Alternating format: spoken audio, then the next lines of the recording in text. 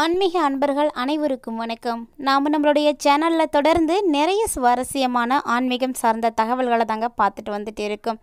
அந்த வரிசையில் நாளைய தினம் ஜனவரி மாதம் 13ஆம் தேதி அன்று நிகழ இருக்கக்கூடிய அற்புதமான பௌர்ணமியை பற்றிய சுவாரஸ்யமான தகவல்களையும், இந்த பௌர்ணமிக்கு பிறகு என்னென்ன மாற்றங்களை எல்லாம் துலாம் ராசி என்பர்கள் சந்திக்க போகிறாங்க அப்படின்றத பற்றியும் தான் தெரிஞ்சுக்க போகிறோம். பொதுவாகவே நம்முடைய வாழ்நாளில் ஒவ்வொரு நாட்களுமே ரொம்பவே சிறப்பு வாய்ந்த நாட்கள் அப்படின்னு தான் சொல்லணும். மேலும் மாதம் மாதம் வரக்கூடிய திதிகள் பார்த்திங்கன்னா ஒவ்வொன்றுமே ஒவ்வொரு விதமான கடவுள்களுக்கு உரிய திதிகளாக தான் இருக்கும். அதில் முக்கியமாக அமாவாசை பௌர்ணமி, அதாவது 15 நாட்களுக்கு ஒரு முறை அமாவாசையும் 15 நாட்களுக்கு ஒரு முறை பௌர்ணமியும் வருவது வழக்கம். இந்த அமாவாசை பௌர்ணமி அப்படிங்கிறது மற்ற எல்லா திதிகளை காட்டிலும் ரொம்ப ரொம்ப உயர்வானது அப்படின்னு சொல்லலாம். இந்த நாளில் ஒரு சில விஷயங்களை நம்ம செய்கிறதுனால நமக்கு மிகப்பெரிய நன்மைகளானது ஏற்படும். வாழ்க்கையில் நம்ம சிறப்பாக வாழணும், அடுத்த கட்டத்துக்கு நோக்கி நகர்வதற்கு எல்லா விதமான அமைப்புகளும் நமக்கு கிடைக்கணும் அப்படின்னா கண்டிப்பாக இந்த ஒரு நாளில் நம்ம வழிபாடு செய்தாலே போதும். ஸோ அப்படி பௌர்ணமி அப்படின்றது பூமியினுடைய துணைக்கோள்னு சொல்லக்கூடிய நிலா நல்ல முழுமையாக வளர்ந்து பிரகாசமாக வானத்தில் காட்சி கொடுக்கும். அந்த நில ஒளி பார்த்திங்கன்னா அவ்வளவு அம்சமாக இருக்கும். யாரெல்லாம் இந்த பௌர்ணமி திதியில் நிலாவினுடைய வெளிச்சத்தை ரசிச்சிருக்கீங்க, நிலா ஒளியில் இருந்திருக்கீங்க, நிலாச்சோறு சாப்பிட்ருக்கீங்க, இதெல்லாம் யாரெல்லாம் செஞ்சுருக்கீங்களோ மறக்காமல் கமெண்ட் பாக்ஸில் கமெண்ட் பண்ணுங்கள். அதாவது இந்த பௌர்ணமியில் மற்றும் ஒரு சிறப்பான விஷயம் செய்கிறாங்க அப்படின்னா அது திருவண்ணாமலையில் கிரிவலம் போடுறது தாங்க.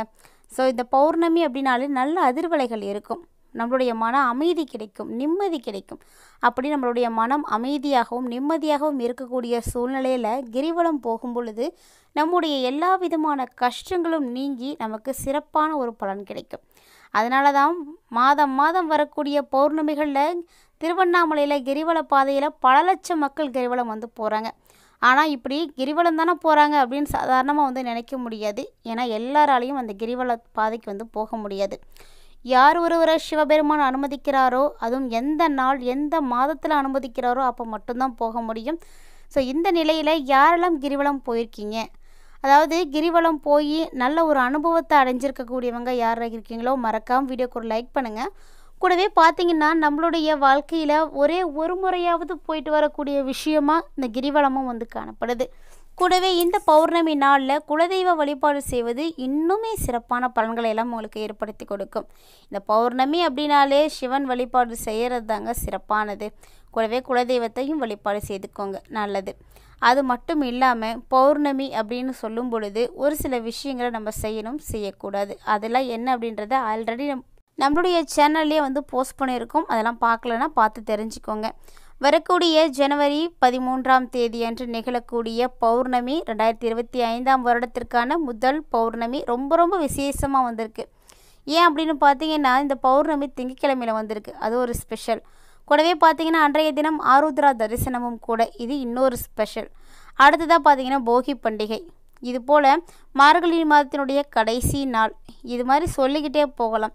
அப்படி ரொம்ப ரொம்ப சிறப்பு வாய்ந்த இந்த நன்னாளில் கண்டிப்பாக நீங்களும் உங்களுடைய வீட்டில் வழிபாடு செய்யுங்க. குலதெய்வ கோவிலுக்கு போக முடியல அப்படின்னாலும் கவலையே படாதீங்க, உங்களுடைய வீட்லேயே உங்கள் குலதெய்வத்தை நினைத்து நீங்கள் வழிபாடு செய்துக்கோங்க, சிறப்பான பலன் கிடைக்கும். இந்த ஆருத்ரா தரிசனம் அப்படிங்கிறதும் வருடத்திற்கு ஒரு முறை செய்யக்கூடியது. ஸோ சிவனாலயங்களில் எல்லா கோவில்கள்லையுமே அன்றைய தினத்தில் செய்வாங்க.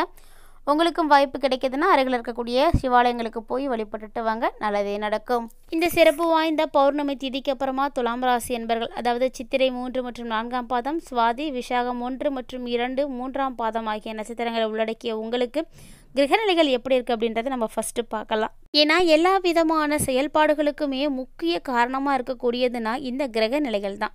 இந்த கிரகங்கள் எங்கே இருக்குது, என்ன மாதிரியான கிரகங்களோடு சேர்ந்து இருக்கோ இதை பொறுத்து தான் பலன்கள் அப்படிங்கிறது ஏற்படும்.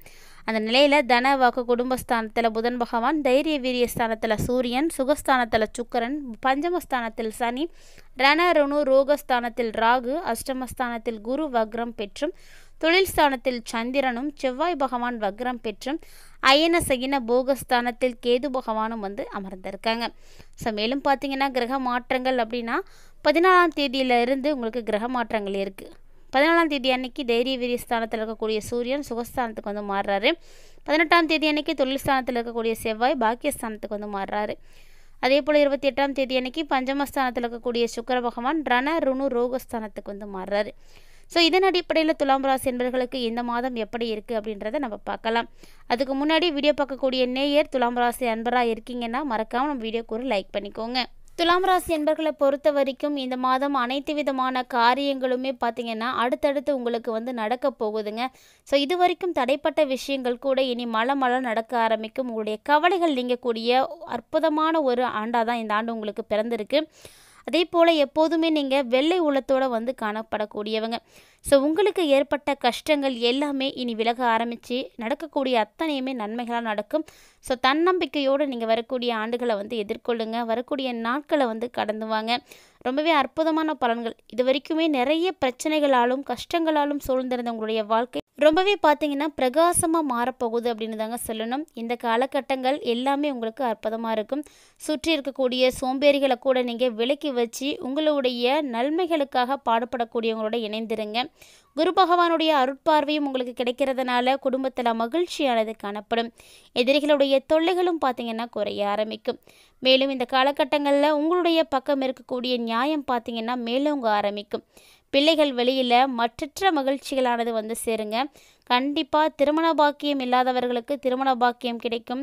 அதே போல் நெடும் காலமாக சந்தான பாக்கியம் கெட்டாமல் இருக்கக்கூடிய துலாம் ராசி அன்பர்களே, கண்டிப்பாக உங்களுக்கு வர பிரசாதம் தாங்க இந்த வருடமே. அதுவும் இந்த மாதம் கண்டிப்பாக சக்ஸஸ் ஆகிறதுக்கு நிறைய சான்ஸ் இருக்குது. உங்களுக்கு குழந்தை பாக்கியம் கிடைக்கும். தம்பதிகளுக்கு இடையே நல்ல ஒரு ஒற்றுமை கிடைக்கும். விட்டு கொடுத்து போனீங்க அப்படின்னாவே போதும், நிறைய பிரச்சனைகளை வந்து சரி பண்ணிப்பீங்க. கூடவே தந்தையாரோட இருந்து வந்த மனக்கசப்புகள் எல்லாமே உங்களுக்கு நீங்கள் ஆரம்பிக்கும். குடும்பத்திற்காக அயராது நீங்கள் உழைக்கக்கூடிய ஒரு வருடமும் கூட. மேலும் இந்த மாதம் உங்களுடைய உடலில் மட்டும் சின்ன சின்ன உபாதைகளானது ஏற்பட்டு மறைய ஆரம்பிக்கும். கண்டிப்பாக குழந்தைகள் இருக்கக்கூடிய வீடாக இருந்ததுன்னா அவங்க மூலிமா மகிழ்ச்சி பெருமை எல்லாமே உங்களுக்கு வந்து கிடைக்குங்க. கலைத்துறையில் இருக்கக்கூடிய அன்பர்களே, நன்மைகள் அனைத்தும் நடக்கக்கூடிய காலகட்டம். ஸோ உங்களை தேடி நிறைய வாய்ப்புகள் வரும். கண்டிப்பாக பயன்படுத்திக்கோங்க. அதே போல் அரசியல் துறையில் இருக்கக்கூடிய அன்பர்களாக இருக்கீங்கன்னா வெளிநாட்டிற்கு பயணம் போயிட்டு வரதுக்கான வாய்ப்புகள் எல்லாம் இருக்குது.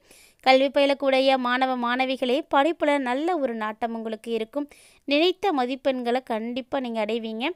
இது வரைக்கும் நம்ம துலாம் ராசி என்பர்களுக்கான பொதுவான பலன்களை வந்து தெரிஞ்சுக்கிட்டோம். ஆனால் இனி பார்க்கக்கூடியது நட்சத்திர ரீதியான பலன்கள். ஏன்னா எல்லாருக்கும் ஒரே நட்சத்திரமானது இருக்கிறது கிடையாது. ஸோ நட்சத்திர ரீதியாக பலன்கள் அப்படிங்கிறது கண்டிப்பாக மாறுபாடு அடையும். ஸோ சித்திரை நட்சத்திரத்தை உடைய துலாம் ராசி என்பர்களுக்கு இந்த மாதம் வாழ்க்கையில் கண்டிப்பாக முன்னேற்றம் இருக்குங்க. மேலும் பார்த்தீங்கன்னா எல்லாரையுமே வந்து அனுசரித்து வந்து போகக்கூடிய நபராக தான் இருப்பீங்க. பணவரவு கண்டிப்பாக இருக்குது. ஆன்மீக செலவுகளும் பார்த்திங்கன்னா ஏற்படும். காரிய தடை தாமதங்கள் எல்லாமே வந்து விலகும். ஆனாலும் இந்த காரியத்தை செஞ்சு முடிக்கணும் அப்படின்றதுக்காக நீங்கள் கூடுதலாக வந்து உழைப்பீங்க. ஸோ அற்புதமான ஒரு டைமிங் தான். அடுத்ததாக சுவாதி நட்சத்திரக்காரர்களுக்கு இந்த காலகட்டங்களில் அந்நிய மொழி பேசக்கூடியவங்களுடைய உதவி கிடைக்கும். வசிக்கக்கூடிய இடத்துல மதிப்பு மரியாதையும் பார்த்திங்கன்னா அதிகமாகும். தொழில் செய்யக்கூடியவங்க, வியாபாரத்தில் இருக்கக்கூடியவங்களாம் நல்ல ஒரு முன்னேற்றத்தை வந்து பார்ப்பீங்க. ஸோ அதற்கான வாய்ப்புகளும் உங்களுக்கு கிடைக்கும். தொழிலில் போட்டிகளானது விலக ஆரம்பிக்கும். தேவையான நிதி உதவிகளும் வந்து கிடைக்குங்க. அடுத்ததாக நம்ம பார்க்கக்கூடிய நட்சத்திரம் விசாகம் நட்சத்திரம். விசாக நட்சத்திரக்காரர்களை பொறுத்த வரைக்கும் இந்த மாதம் உத்தியோகத்தில் இருக்கக்கூடியவங்களாம் உற்சாகமாக உங்களுடைய பணிகளை வந்து செய்வீங்க. ஆனால் என்னதான் நீங்கள் உற்சாகமாக இருந்தாலுமே கூட உங்களுடைய அலுவலக வேலைகள் அப்படிங்கிறது கொஞ்சம் தாமதப்பட தான் ஆரம்பிக்கும். அதே போல் கவனமாக செய்யணும். புதிய வேலைக்கு முயற்சி செய்யக்கூடியவங்களுக்கு சாதகமான ஒரு பலன் கிடைக்கும். ஸோ நியூவாக என்ன ஒரு விஷயம் செய்யணும் அப்படின்னு நினைக்கிறீங்களோ தாராளமாக இந்த மாதத்தில் நீங்கள் ஸ்டார்ட் பண்ணலாம். நல்லதே நடக்கும். மேலும் இந்த ஜனவரி மாதம் முழுவதுமே உங்களுக்கு சிறப்பாக இருக்கணும் அப்படின்றதுக்காக நீங்கள் செய்யக்கூடிய எளிமையான பரிகாரம் என்ன அப்படின்னா, நவகிரக சன்னதியை 9 முறை வலம் வந்து வழிபாடு செய்துக்கோங்க. நல்லதே நடக்கும். உங்களுடைய அதிர்ஷ்டகரமான தினங்களாக 19, 20 மற்றும் 21 இந்த 3 நாட்களையுமே சிறப்பான ஒரு செயல்பாடுகளுக்காக நீங்கள் பயன்படுத்திக்கோங்க. நல்ல ஒரு நிலைக்கு வர முடியும். காரணம் பார்த்தீங்கன்னா நம்முடைய வாழ்க்கையில் நிகழக்கூடிய ஒவ்வொரு விதமான மாற்றங்களுக்குமே இந்த நட்சத்திரமும் கிரக அமைப்புகளும் ரொம்பவே உதவியாக இருக்கும். ஸோ அதுவும் அதிர்ஷ்டகரமான தினங்களை நம்ம தெரிஞ்சுக்கும் பொழுது அதுக்கேற்ற மாதிரி நம்ம ஒரு சில விஷயங்களை வந்து பிளான் பண்ணலாம். கண்டிப்பாக இந்த மாதிரியான விஷயங்கள் எல்லாம் நீங்கள் மிஸ் பண்ணிடாதீங்க. நல்ல ஒரு பலன் கிடைக்கக்கூடிய அற்புதமான மாதமாக தான் உங்களுக்கு வந்து அமைஞ்சிருக்கு. ஸோ இந்த பதிவில் துலாம் ராசி என்பவர்களாகிய நீங்கள் உங்களுடைய வாழ்க்கையில் இந்த மாதம் முழுவதும் அடையக்கூடிய பலன்கள் எப்படி இருக்க போகுது அப்படின்றத பற்றி தெளிவாக பார்த்துருப்பீங்கன்னு நினைக்கிறேன். உங்களுக்கு ஒருவேளை இந்த பதிவில் இருக்கக்கூடிய தகவல்கள் அனைத்தும் படிச்சிருக்கு அப்படின்னா மறக்காமல் வீடியோக்கு லைக் பண்ணுங்கள். உங்கள் ஃப்ரெண்ட்ஸ் அண்ட் ஃபேமிலியோட ஷேர் பண்ணிக்கோங்க. அவர்களும் பார்த்து பயன்பெறட்டும். இது மட்டும் இல்லாமல் இது போல் நிறைய இன்ட்ரெஸ்டிங்கான ஆன்மீகம் சார்ந்த தகவல்களை எல்லாம் உடனுக்குடன் நீங்கள் பார்த்து தெரிஞ்சுக்கணும் அப்படின்னு ஃபீல் பண்ணிங்கன்னா மறக்காமல் நம்ம சேனலை சப்ஸ்கிரைப் பண்ணிவிட்டு ஃபாலோ பண்ணிக்கோங்க. கூடவே ஆன்மீகம் ரீதியாக செய்யக்கூடிய எளிமையான பரிகாரங்களையும் நீங்கள் செய்வதால் நல்ல ஒரு பலன் கிடைக்கும். மிஸ் பண்ணாமல் செய்து பாருங்கள். இது போல் நிறைய இன்ட்ரெஸ்டிங்கான ஆன்மீகம் சார்ந்த தகவல்களோட மற்றொரு ஆன்மீக பதிவில் சந்திக்கலாம்.